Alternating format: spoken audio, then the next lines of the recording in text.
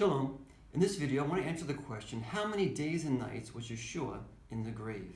Now, according to Christian tradition, Yeshua was crucified on Friday, laid into the grave early on Friday evening, and then rose again on Sunday morning. Now, at best, that's 3 days and 2 nights. But according to Yeshua's own words, he would be in the grave for 3 days and 3 nights. So how do we reconcile this contradiction? Either Yeshua was wrong, or Christian tradition got it wrong. Well, we read Yeshua's words in Matthew chapter 12, verses 38 to 40. Then some of the scribes and Pharisees answered him, saying, "Teacher, we want to see a sign from you." But he answered and said to them, "An evil and adulterous generation craves for a sign, and yet no sign shall be given to it but the sign of Jonah the prophet. For just as Jonah was 3 days and 3 nights in the belly of the sea monster, so shall the Son of Man be 3 days and 3 nights in the heart of the earth." So Yeshua clearly stated that he would be 3 days and 3 nights in the heart of the earth, in the grave. Now, Christian tradition teaches 3 days and 2 nights. They can't both be right. So how do we reconcile this contradiction? My name is Daniel Goldstein, and I'll be sharing with you today from the scriptures, together with Jewish tradition and culture, how we can find a reasonable answer to this question. How many days and nights was Yeshua in the grave?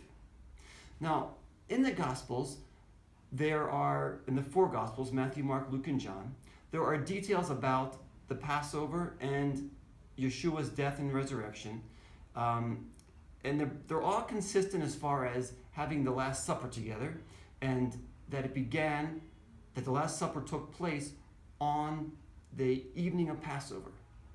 Now, I believe we find the key to answering this question of how many days and nights was Yeshua in the grave in the Gospel of John. In the Gospel of John, after the Last Supper, the beginning of Passover, Yeshua went out with his disciples to the Garden of Gethsemane and prayed. He was betrayed, arrested, and brought before the high priest. He was accused and condemned, and later, on the early morning hours, he was brought to Pilate, and he was later sentenced and crucified on that day. Now, this all happened on the day of Passover. Well, we'll read something interesting in John chapter 19. John 19, verses 13 and 14 say this: "When Pilate therefore heard these words, he brought Jesus out and sat down on the judgment seat at a place called the Pavement, but in Hebrew, Gabbatha. Now it was a day of preparation for the Passover. It was about the 6th hour." Now, it's interesting that this is occurring on the day of Passover. However, we just read here how John records that it was the day of preparation for the Passover when Yeshua is standing before Pilate to be sentenced to his crucifixion. So how can we have the day of Passover and the day of preparation for the Passover? Well, I believe this is one of the keys to understanding this whole mix-up with how many days and nights was Yeshua in the grave. I want to tell you a story. When I first came to Israel in 1995, which was 21 years ago, I came here as a student, and I had the opportunity, as I was here in the springtime, to spend Passover with a Orthodox Jewish family. Now, this family was originally from America, but they own 2 homes. They have one home in America and one home here in Israel, one home in Jerusalem. And so, while they were here in Jerusalem for the holidays, I had the opportunity to spend Passover with them. I went to their home on the evening of Passover, and about 7 p.m., we'll say. Spent the whole evening and night there until 1 a.m.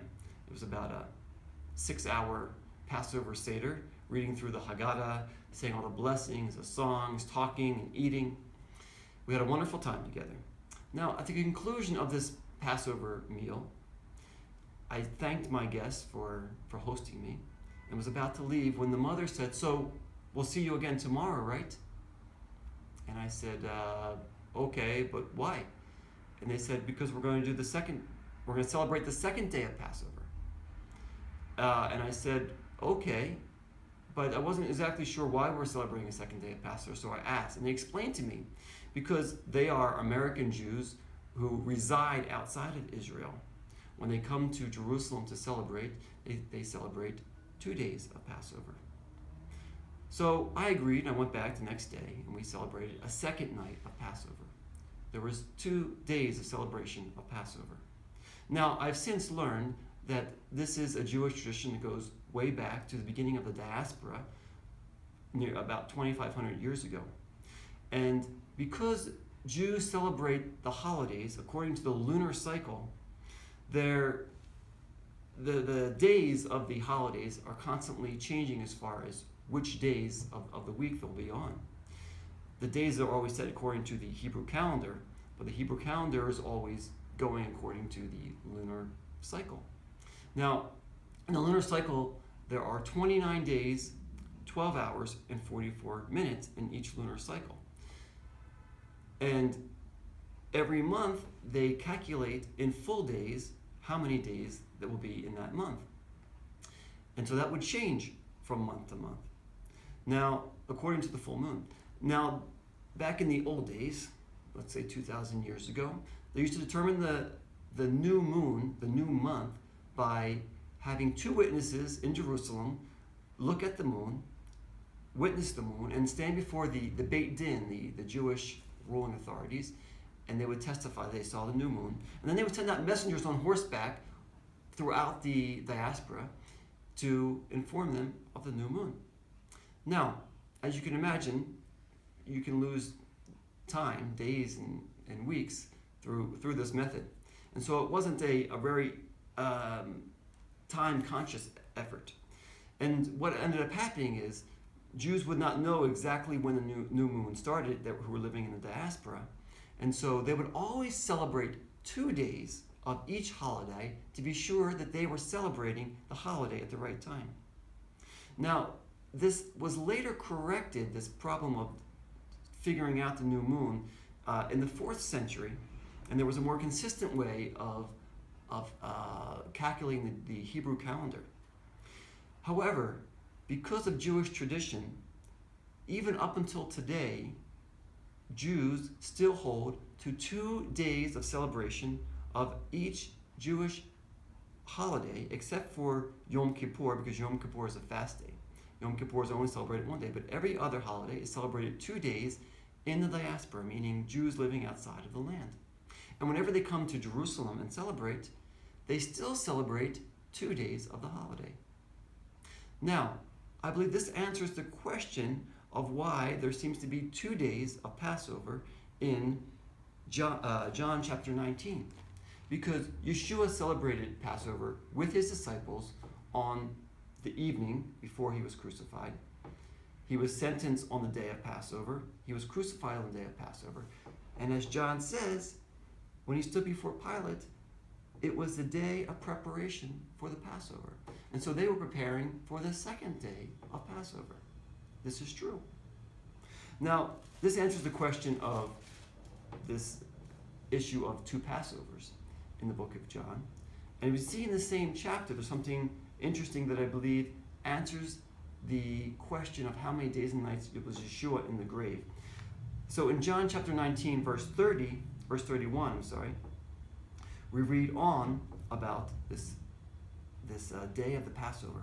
It says, "The Jews therefore, because it was a day of preparation, so that the body should not remain on the cross on the Sabbath," and it says in parentheses, "for that Sabbath was a high day, asked Pilate that their legs might be broken and they may be taken down."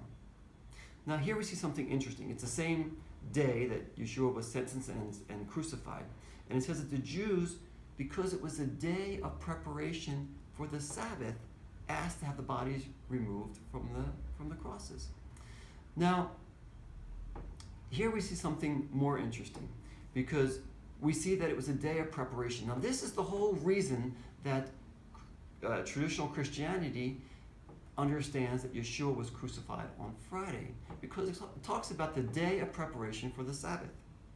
However, we just read in John 19, verse 14, that it was a day of preparation for the Passover. Now, there's something else important to understand about Jewish culture and tradition, and that is that every Jewish holiday, Passover being the chief of them, is considered to be a Sabbath day. God said, do not work. You shall rest on this day, on each of the Jewish holidays. So the Passover is considered to be a Sabbath day. And we see that illustrated here in John chapter 19, because in verse 14 it says it was a day of preparation for the Passover. John 19:14, and in John 19:31 it says it was a day of preparation for the Sabbath, because that Passover day was a Sabbath day, meaning a day of rest. Now you also have the regular Sabbath day, which is on Saturday, which is also a day of rest. But this is referring, I believe, to the Passover, because it says this in John 19:14 and 31. So I believe this is the answer to the question of how many days and nights was Yeshua in the grave, because we can conclude from this that Yeshua had Passover with his disciples, and I would suggest that it was on Wednesday evening, and on that night he was betrayed. Thursday morning he is before the Jewish officials, the high priest, as well as he's taken before Pilate. He's sentenced, he's crucified on Passover day. Now, on that Passover day, it is also the preparation for the second Passover, and he is actually crucified for the second Passover. So he had the opportunity both to have Passover with his disciples, to institute the new covenant on the first day of Passover, and then he had the opportunity to become the Passover lamb in preparation for the second day of Passover. Now, so according to this understanding, Yeshua was crucified on Thursday, and he was put into the grave early on Thursday evening, and because that day was a Sabbath day, a Passover, and the next day was a Sabbath day, a Passover, they were taken down from the cross and put into the grave. And Yeshua was in the grave Thursday night, Friday night, and Saturday night.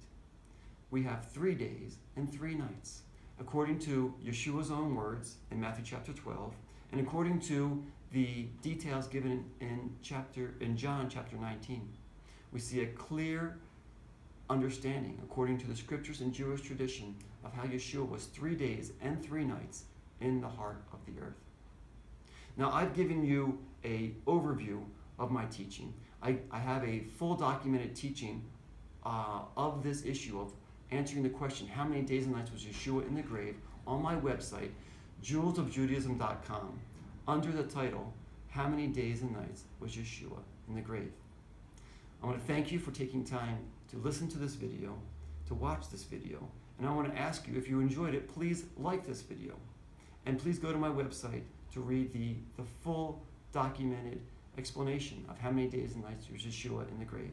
Feel free to share this video with others, and as always, we want to all be good stewards of God's word, and we want to be able to give a reasonable answer for our faith. So let us understand these things and share them with others. Thank you. Have a wonderful Passover and a blessed Resurrection Day. Shalom.